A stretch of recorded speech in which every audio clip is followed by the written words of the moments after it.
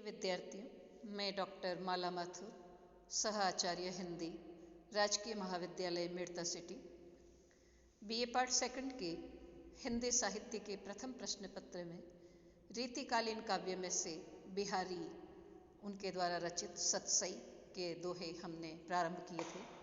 उसी में आगे संदर्भ वही है। रीतिकाल के प्रमुख रीति सिद्ध कवि बिहारी के द्वारा रचित बिहारी सतसई, जो दोहा छंद में ब्रज भाषा में रचित है, उसका हम पहले दोहा ले रहे हैं। ये कहत नटत रीजत खिजत मिलत खिलत लजियात, भरे भवन में करत है नैननु हुई सब बात। कवि ने इसमें श्रृंगार रस के अनुभवों का, हाव भावों का अत्यंत सुंदर वर्णन किया है। नायक नायिका जो भरे हुए भवन में बैठे हैं, किस प्रकार वो नेत्रों के इशारों से ही बात कर रहे हैं, उसका बहुत ही सुंदर वर्णन कवि ने किया है। नायक नायिका भरे हुए भवन में बैठे हुए नेत्रों के इशारों से बातें कर रहे हैं। नायक नेत्रों से ही कुछ कहता है, नायिका मना कर देती है। उसके मना करने की इस अदा पर नायक रीझ जाता है, नायिका खींच जाती है, नकली क्रोध करती है। फिर दोनों के नेत्र मिलते हैं, दोनों प्रसन्न हो जाते हैं और लोगों की उपस्थिति देखकर शर्मा जाते हैं। इस प्रकार भरे हुए भवन में दोनों नेत्रों से ही, इशारों से ही बातें कर रहे हैं। कवि की समाहार शक्ति का सुंदर परिचय हमें इस दोहे में मिलता है। श्रृंगार के अनुभवों की सुंदर व्यंजना हमें इसमें मिलती है। इसमें अनुप्रास, दीपक और विभावना अलंकार है। नेहु न नैननु को कछु उपजी बड़ी बलाई, नीर भरे नित प्रति रहे तऊ न प्यास बुझाई। कृष्ण के रूप सौंदर्य में डूबे हुए गोपी या राधा के नेत्रों की विवश स्थिति का वर्णन गोपी या राधा के शब्दों में कवि कहता है कि इन नेत्रों को तो प्रेम की बला लग गई है और यह प्रेम रूपी तेल नहीं है। गोपी कहती है कि मेरे नेत्रों को पता नहीं क्या बला लगी है कि ये हमेशा जल से अर्थात आंसुओं से भरे हुए रहते हैं, फिर भी इनकी प्यास नहीं बुझती। श्री कृष्ण के रूप सौंदर्य का पान करके ये कभी तृप्त नहीं होते हैं। आंसुओं से, जल से भरे हुए होने के बावजूद इनकी प्यास नहीं बुझती है। तो विशेषोक्ति अलंकार है, अनुप्रास है और श्लेष अलंकार है। जगतु जनायो जिहि सकलु, सो हरि जानियो नाही, ज्यों आखिनु सब देखिए आखिन देखी जाई। भक्ति परक दोहा है। कवि ने इसमें अपने दार्शनिक ज्ञान का परिचय देते हुए उस भगवान को अगम्य, अगोचर बताया है। प्राणी मात्र को संबोधित करते हुए कवि कहता है कि हे प्राणी, तुम उस ईश्वर को नहीं जान पाए जिसने इस संसार की रचना की, सबको जन्म दिया, मनुष्य को ज्ञान दिया। ये तो वैसा ही है जैसे हम अपनी आंखों से सबको देखते हैं पर इन आंखों को नहीं देख सकते। अनुप्रास, विरोधाभास और उदाहरण अलंकार।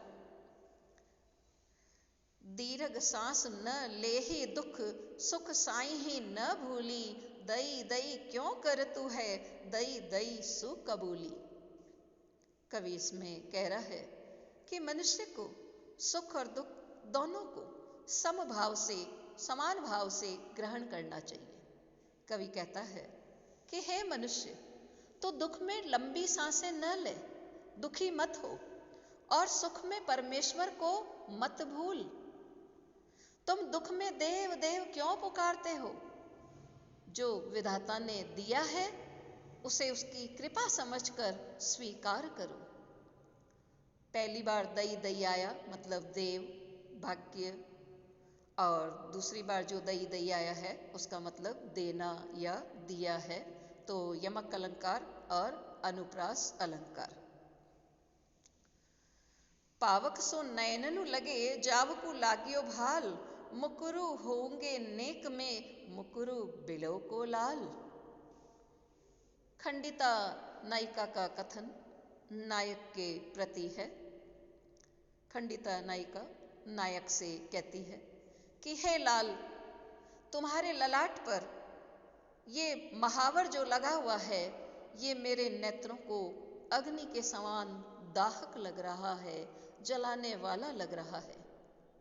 तुम अपने आप को दर्पण में देख लो तो तुम्हें वास्तविकता पता चल जाएगी, नहीं तो तुम क्षण भर में ही इस बात से इनकार कर दोगे। अनुप्रास, यमक और उपमा अलंकार है। मकराकृति गोपाल के सोहत कुंडल कान, दरियो मनो हिय धर समरू ड्योडी लसत निशान। कृष्ण की अनुपम रूप शोभा का वर्णन करते हुए कवि कह रहा है कि कृष्ण ने अपने कानों में मकर की आकृति के जो कुंडल पहन रखे हैं उससे वे ऐसे सुशोभित हो रहे हैं जैसे कामदेव ने हृदय रूपी राज्य को तो जीत लिया है और ड्योढ़ी पर मकराकृति पताका विजय की निशानी के रूप में फहरा दी है। अनुप्रास, उत्प्रेक्षा और रूपक अलंकार है। या अनुरागी चित्त की गति समुझे नहीं कोई, ज्यों ज्यों बूढ़े श्याम रंग त्यों त्यों उजलू होई। कवि इसमें बता रहा है कि भगवान के प्रेम और भक्ति में डूबकर मन के सारे विकार दूर हो जाते हैं। कवि कहता है कि प्रेम से परिपूर्ण इस हृदय की गति को कोई नहीं समझ सकता। जैसे जैसे ये मन श्याम के रंग में डूबता है। श्याम, कृष्ण। श्याम के दो अर्थ है। श्याम मतलब कृष्ण, श्याम मतलब काला रंग। तो जैसे जैसे ये मन श्याम के रंग में डूबता है वैसे वैसे उज्जवल होता जाता है। उज्जवल होना, इसके भी दो अर्थ है, सफेद होना और पवित्र होना। कवि इसमें कह रहा है कि जैसे जैसे ये मन श्याम के रंग में अर्थात कृष्ण के प्रेम में डूबता है, तन्मय होता है, विभोर होता है, एकाकार होता है, वैसे वैसे ये उज्जवल या पवित्र होता जाता है। मन के सारे विकार दूर होते जाते हैं।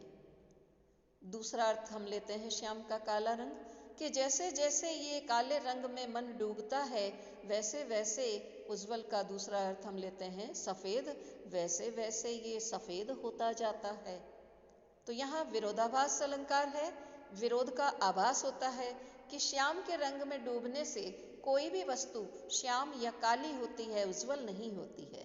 लेकिन जब हम इसका वास्तविक अर्थ करते हैं कि कवि इसमें श्लेष के द्वारा क्या बताना चाह रहा है कि भगवान के प्रेम और भक्ति में डूबकर मन का कालुष्य, उसके विकार दूर हो जाते हैं, जिससे मन निर्मल हो जाता है। तो श्लेष है, विरोधाभास है, अनुप्रास है और पुनरुक्ति प्रकाश है। लाज कहो बेकाज कत गेरी रहे, गर जाही गोरसु चाहत फिरत हो, गोरसु चाहत नाही।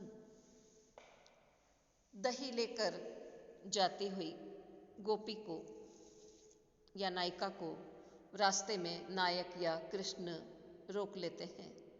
तो उनसे भेंट होने पर और उसका रास्ता रोकने पर गोपी का या नायिका का कथन कृष्ण या नायक के प्रति कि तुम लोक लाज का ध्यान रखो, क्यों व्यर्थ ही मुझे रास्ते में रोक रहे हो, घर जाने दो।